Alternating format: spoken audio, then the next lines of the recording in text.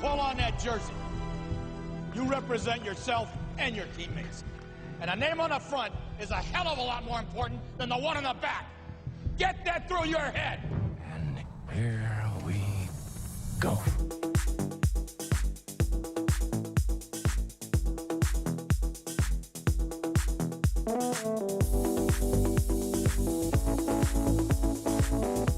And it is no good. He missed it. Are you kidding me? The season can't end like that.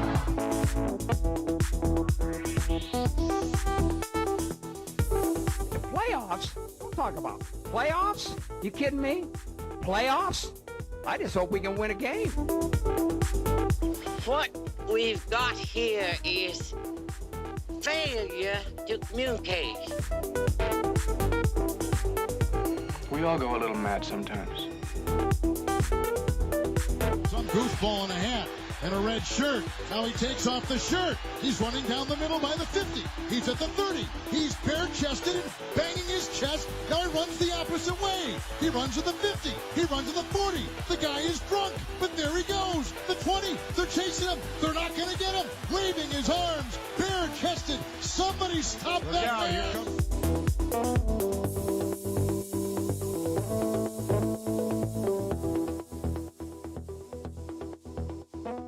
Oh, and here we go once again, ladies and gentlemen. It is time once again for an official predictions segment here on the program, otherwise known as NETMA. I am the host, Tyler Falk. Glad to have you here on this Wednesday edition of the show. And it's finally time to unveil my entire set of predictions for season 19 in the SFL. We've got a lot to get to. Let's start with the Atlantic Division. There should be no surprise that we find Baltimore atop the Atlantic Division. Wait, the Atlantic Division? Yeah, shuffling and all that kind of fun stuff. At the Atlantic gains Baltimore and DC, who leave the North Division to come into the Atlantic after realignment. But it's one of the two new teams, the Atlantic Division, DC, that gets, well, a little bit of the short side of the stick, in my opinion. Both, I think that the Carolina franchise are just going to be a little bit better than DC. I think everybody's got a little bit of a tough schedule. I think some people are sleeping on Carolina in particular. Charleston, again, coming off of their Atlantic Division title a season ago. I think they're going to fall short to the last season's North Division winners, the Baltimore Vultures. Vultures should take this one and should have a pretty similar season to the one they've had the past two seasons. They've been really dominant. I don't see that changing very much here. I see they're a very similar record for Baltimore, right around 11-1 this season. I don't think we're gonna have a team that goes 12-0, and I don't think we're gonna have a team that goes 0-12 this season. So maybe a little bit of hope for a couple other teams that some people have already written off in that regard. But Carolina, again, I think are just under the radar. They've had a really, one of the longest stretches of bad luck. I think Carolina's luck finally shows its head. I think Carolina does have a pretty productive season. There's a schedule for them that they can take charge of. I think they need maybe one or two crucial wins that will help them go from maybe a 5-7 team to a 7-5 team. And I think that happens this season. I think Charleston, like I said, do just as well as they did last season. That I think they'll definitely be in the playoffs, the Predators. DC, I think they're on the outside looking in. We'll talk about that more here in just a second. But let's go ahead and move on to the North Division. And there's a certain quote that goes along with a certain, V for Vendetta movie. England prevails. And if London don't take the North Division by storm, if they do not assert their dominance after season upon season, the last few seasons in the North Division, always overshadowed by Baltimore, if they cannot take control of the North Division this season, that's a huge problem. Now, for some of you, especially those people in London that didn't like where you were in the power rankings this past 24 hours, be in mind that's where I think you're starting this season. Now, I'm not saying you're not going to have a good season, but we've seen teams falter at the last second. We've seen teams not really perform up to their potential and teams overperform their potential, and we'll have the same exact kind of scenarios here this season. London, though, is in maybe the easiest division for London to be in. Canton's got hype, but we don't know if that's transferring to a very good record. I think Canton will still be in and around a really good record, but I think London should have no problems taking this division. You don't have to play Baltimore once or twice this season. You only have to play maybe the toughest opponent on their schedule doesn't really show up until week 8 when they play Vancouver in Vancouver. Beyond that, you might have maybe LA in week 12, but besides the teams in your division and a couple of wild cards in there of the expansion teams, Minnesota and Indianapolis, this should not be a hard season for London to get out of the regular season and into the playoffs. I think London has a pretty good season. Motor City and Queen City, they've gone through some troubles this offseason. I don't think they're going to do too terribly well. Queen City, I think I have a little bit more high hope for than I do Motor City. I'm just looking back at the first couple of seasons that have become known as the Legend era, where things changed the league and Sim Engine was adjusted just a little bit for more competitiveness, and we've indeed seen more competitiveness in the SFL. And we saw how Sioux Falls' running game fell apart. Their power offense completely dismantled. I don't think Motor City's offensive game plan is going to work as well as they think it is.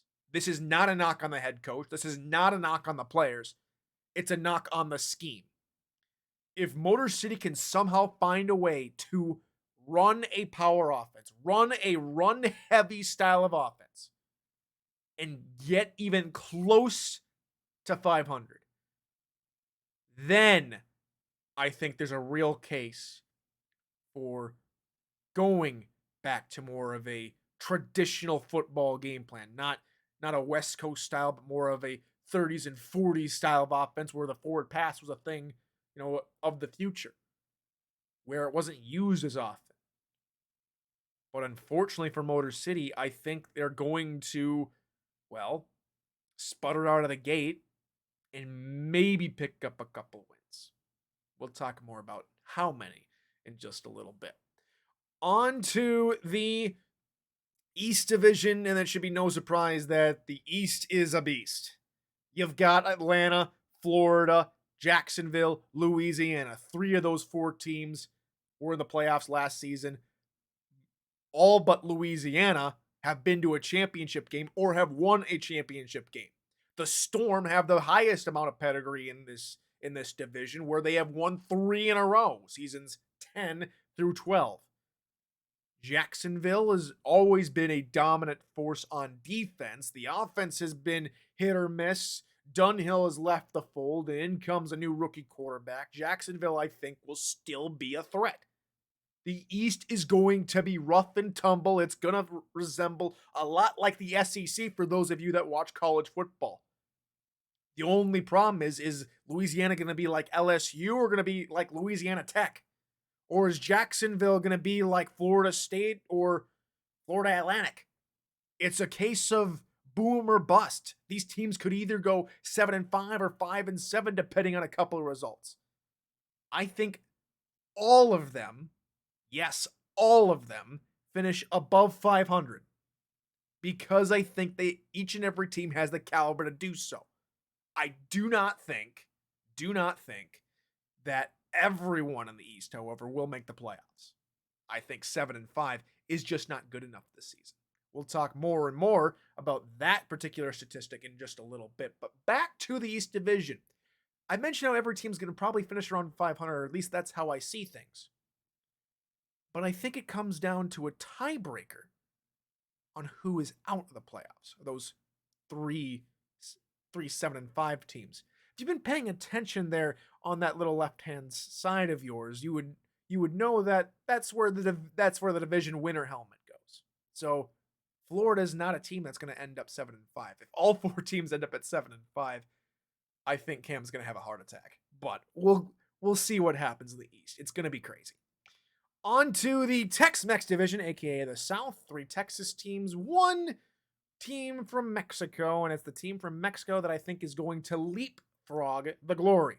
Despite some ownership changes and some players leaving in the offseason, I think Lone Star are going to finish about where they were a season ago. I think some of the minds in Lone Star have a good thing going, but you can't keep Mexico City down for long. I think they lost a few games that they should have won, the Aztecs, and I think those results turn around.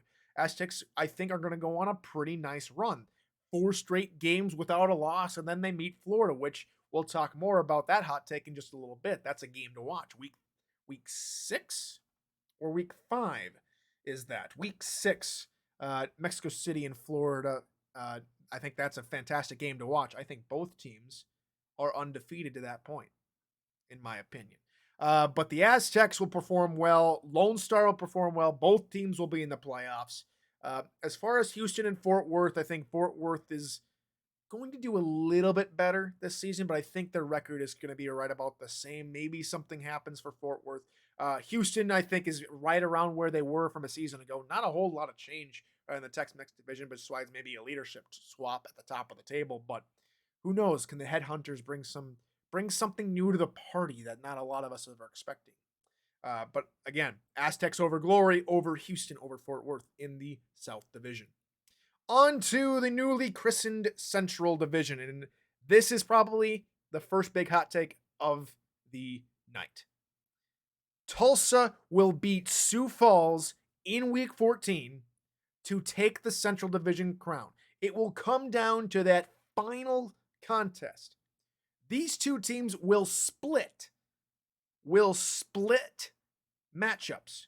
They play each other twice, once in Week 9 and once in Week 14. Both teams will get 1 win over each other. But on tiebreaker, with a win, Tulsa will clinch the division and get to the playoffs for the second straight season. I think Tulsa's got a lot of things going for them. I think a 7-5 record over Sioux Falls' 6-6 record with the loss to Tulsa in Week 14 will prove the deciding factor. Where Tulsa's in, Sioux Falls is out. That's going to be another huge game to look forward to, in my opinion. Because though I do have a soft spot, and I'm a broken record, I have a soft spot for Minnesota. Don't think Minnesota or Indianapolis will, not going to say get close to Sioux Falls or Tulsa, but I'm going to say they're going to need a season to fill things out. We have not had an expansion team get to the playoffs in their first season over the last 5 different seasons, if I remember correctly. And I don't think it's happening with Minnesota or Indianapolis. I think they're going to have some pretty respectable seasons for an expansion team, but they probably will falter in a few areas. Teams will be able to look at that and find areas of weakness in their game plan. I think that's how things are going to go. Will it surprise me if an expansion team comes out of nowhere and gets into the playoffs? Not a whole lot. I can see a few teams going that way. I think Minnesota, Indianapolis, and Canton are some pretty decent teams that should provide some excitement this season. However, I don't think they're going to be challenging for a playoff spot. On to the West Division, and Arizona's back. After a little bit of miscommunication, we'll call it, on the football field itself, a few errors. Eddie Gage is going to bring Arizona back in the playoffs. I think after Sioux Falls departing and after the resurgence of the Sparrows, I think Arizona takes advantage of a secondary in Denver, which I think will be the closest team to Arizona in terms of the end of season division standings. But I think the Scorpions will look at Denver's secondary, Denver's defense in general, which is filled to the brim with rookies, that Arizona will do enough. I do expect Denver to be competitive this season, even with all those rookies, based on the coaching staff they have and have assembled for this season. But I think they are just a win shy of Arizona and the division lead. Las Vegas, we know they can be spunky, though they haven't looked the same since a certain Colin Pierce was at quarterback, and now he's quarterbacking for Indianapolis. I think Las Vegas still need a little bit more work and a little bit more time in the oven, as Joseph Green is there. But again, Arizona and Denver, I think, will provide enough to get past Las Vegas. As for San Diego,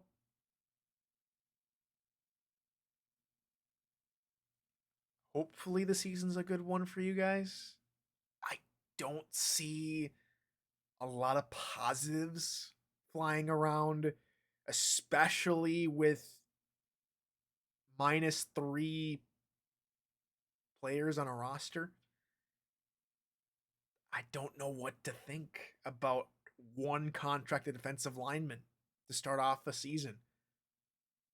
That's all I'm going to say about San Diego at this point. Hopefully things go well for you guys. On to the final division, and that is the Pacific. It should be Vancouver's, but I think Portland and LA have better seasons. I think Portland has their best season in since 2 seasons ago when they went 6-6 and made the playoffs. If I did my certain research right, I'll get back to you on that. But LA, you can't really keep them down. They've been off and on since moving to LA from Chicago. 2 really good seasons. I think LA is going to have 5 wins, and I think Portland's right around there with 5 wins as well. But even though it's Vancouver's division, I think Vancouver will not go back to an 11-1. Again, losing Tom Pepper is a lot bigger than people realize. Christian Brown is a great quarterback, but he's not the most accurate quarterback. He's got some of the nice stats, but when I was taking a look at it today more in detail, there's some question marks around the new signal caller in Vancouver. When you just take a look at his stats, again, 70% completion percentage, which is all right, but that's near about middle of the table. Yards just over 3,000, 15 touchdowns and 32 interceptions. Now he's going into a completely different system in Vancouver, and maybe that's a spark that helps him get back after season 18, but I don't think Vancouver is going to have double-digit wins in the regular season this year. They'll still win the Pacific Division by a significant margin, but they will not win double digits. For Seattle, again, a respectable campaign for them. I think they've got a chance to be right in around 3 or 4 wins this season, even with having a spot still to fill on their roster. But positives for everyone in this division. Vancouver's taking the division. Portland and LA are having pretty good seasons, and Seattle is there to gain experience and, throw a couple people for a loop, I think. So that is where, I think that is where we find the Pacific Division. So what does this all mean for the playoffs? Well, I took a look at everything and tried to do my best work with tiebreakers and everything, and I was kind of shocked to realize that the Skyhawks are in the playoffs on tiebreaker.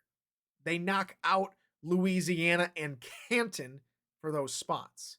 I think the Skyhawks, meanwhile, I think their luck is finally changing. I think Carolina is going to figure something out this season. They've got a schedule. We talked about it, that they can come away with some clutch wins.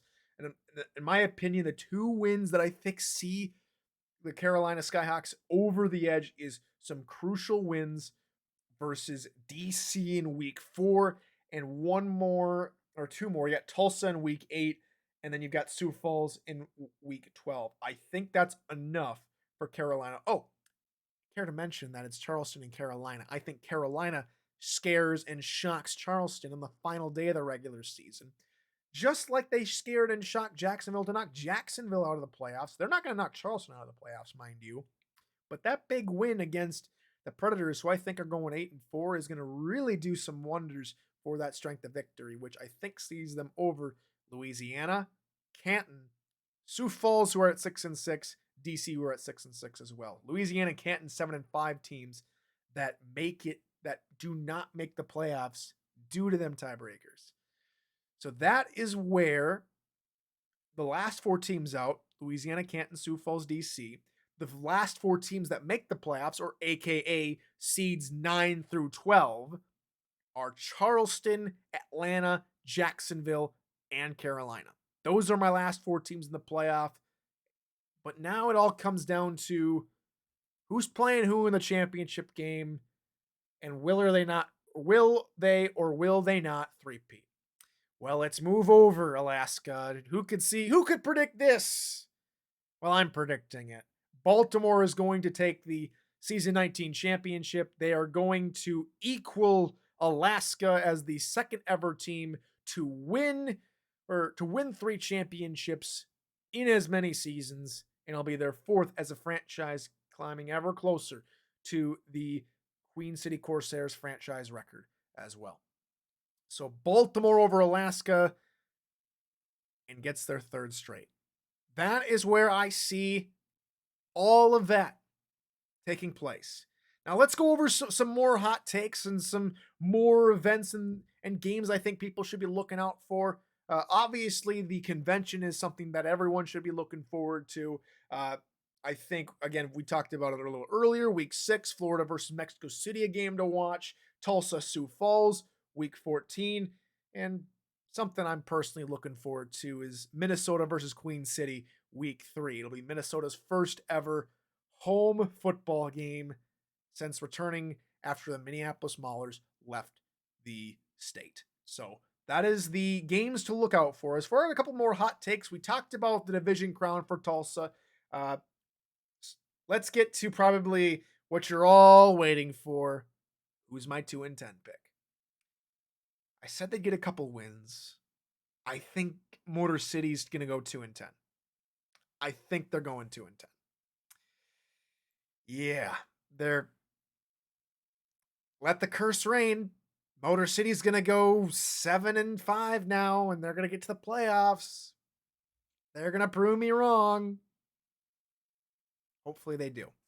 Another team that's probably not going to do so well this season, in my opinion, though they have the top 2 receivers in the league and the quarterback that throws the most yards and touchdown passes, San Diego's only going to get 1 win this season.